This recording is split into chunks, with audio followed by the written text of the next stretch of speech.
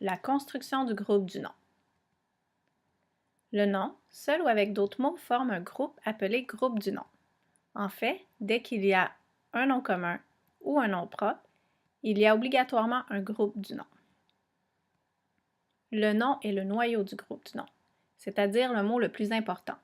Ici, puisqu'on travaille sur le groupe du nom, notre noyau sera nécessairement un nom, soit un nom propre ou un nom commun. On ne peut pas l'effacer du groupe du nom. Exemple. Je vois approcher des nuages. Ici, notre groupe du nom est des nuages et nuages, c'est notre noyau. Si on l'efface, on a la phrase suivante. Je vois approcher des. Notre phrase est incomplète.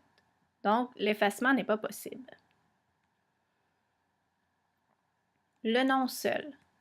Pour avoir un nom seul, il faut que celui-ci soit un nom propre. Exemple. Ulysse a voyagé. Notre groupe du nom est Ulysse et Ulysse, c'est nécessairement notre noyau. Dans la phrase suivante, Marie joue. Marie, c'est notre groupe du nom et bien Marie, c'est notre noyau également. Le nom avec d'autres mots. Exemple 1. Dans la phrase suivante, les enfants adorent les histoires farfelues. Donc, j'essaie de trouver des noms propres ou des noms communs. Et là, j'en vois deux. Je vois enfant et je vois histoire. Donc, dans cette phrase, il y a deux groupes du nom. Mon premier groupe, les enfants, et mon deuxième groupe, les histoires farfelues. Si on travaille sur le premier groupe, notre noyau sera enfant, puisque les, c'est notre déterminant, et enfant, c'est notre nom commun. Dans le deuxième groupe, les histoires farfelues, histoire, c'est notre noyau, puisque les, c'est un déterminant, histoire, c'est un nom commun, et farfelu, c'est un adjectif. Exemple 2. La pelouse jaunie reverdira grâce à la pluie abondante. Donc, encore une fois ici, on cherche soit des noms propres ou des noms communs. Moi, je vois qu'il y a pelouse et ensuite qu'il y a pluie. Dans cette phrase, il y a donc deux groupes du nom. Le premier groupe du nom sera la pelouse jaunie et le deuxième, la pluie abondante. Si on travaille dans notre premier groupe, donc pelouse sera notre noyau puisque là, c'est un déterminant, pelouse, c'est un nom commun et jaunie, bien, c'est un adjectif.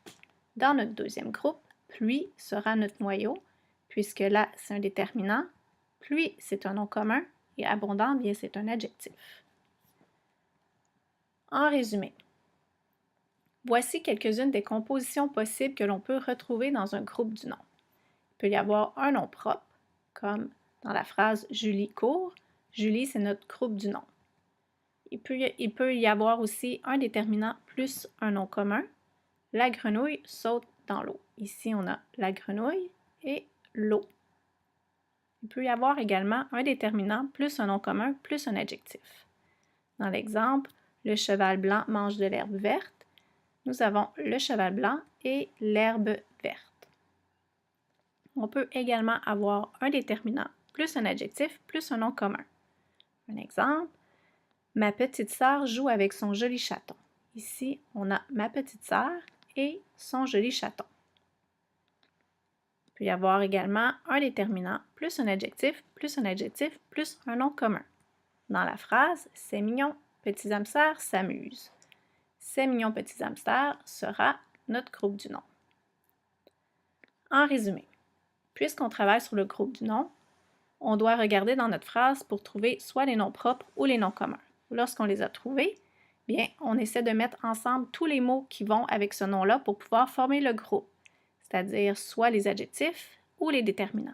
Une fois que c'est fait, bien, on a notre groupe du nom. C'est ce qui conclut notre première leçon.